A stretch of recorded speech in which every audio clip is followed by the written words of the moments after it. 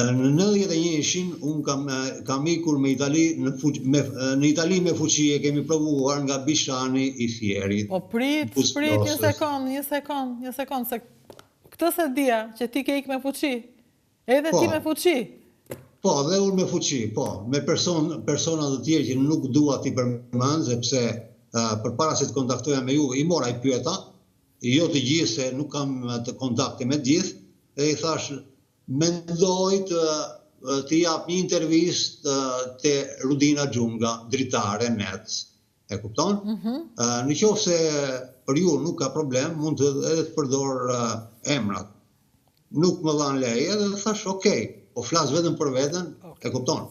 Nuk ka problem. Po me njerëz të tjerë, në një si ishe, nga ato, në një trap i bërë me fuqi, Ne ishim me fuqi, athere, që të bëjmë një krahasim është si ajo zatera që ndodhet te kanali Tivarit, Butrintit. Që të rreq makinat nga një kran tjetër. E kam të qartë. Po jo si ajo, sepse ato fuqi që ishim neve, mos qoftas si i themine.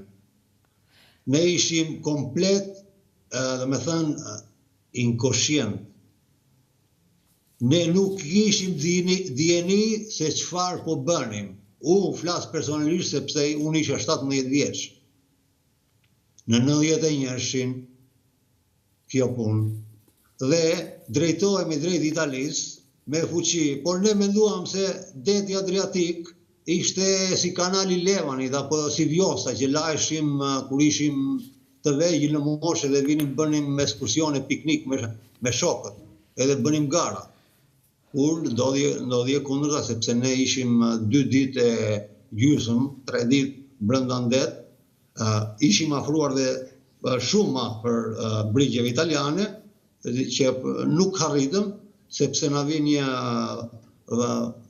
motovedet, një anije e vogël që bënin patrulla, na marrin ata, dhe na çojnë te një anije më e madhe që ishte Guardia di Finanza, në qoftë se nuk e di më kujtohet mirë apo jo, po besoj se ishte kjo, dhe nga aty na kthejnë në Durrës. Na avim për Tëngran dhe na kthejnë në Durrës. Na Durrësi na marrin edhe në urban autobusit për na shpitona. Kështu që tamam për ty rezultoi një piknik i tmerrshëm, por ama aventurë. Rezultoi një piknik sepse ne në një farë mënyrë ishim ndoshta në ato pjesë të Adriatikut ishte thellësia më e madhe që arrin, me sa kam studiuar unë, arrin 1300 metra thellësia më e madhe në detin Adriatik. Dhe ne ishim atje, nuk shkonim asgjë. Lëkura ime ndërroi 6 herë brenda javës. Se ka qenë korrik, kisha një palë gjinse amerikane që na i kishin dërguar njerëzit tanë, halla e babait tim, në atë periudhë kohë pak më përpara, dhe ato u bën komplet, u shkoqin komplet nga kripa, nga ujë kripë. Dhe ne nuk na kishte ngel gjithë tjetër përveç se kafe e bluajtur në një qesë ke mbyllur, asgjë tjetër. Ato të flet njëherë me gruan, i tregon që e ke kapur Italinë?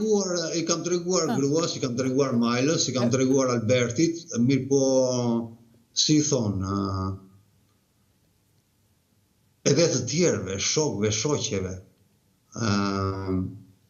italian dhe jo vetëm italianëve, dhe spanjollëve, dhe anglezëve që kam njohur, që kam komunikuar, që na ka lidhur puna, na ka lidhur qoftë edhe shoqëri, mund të them.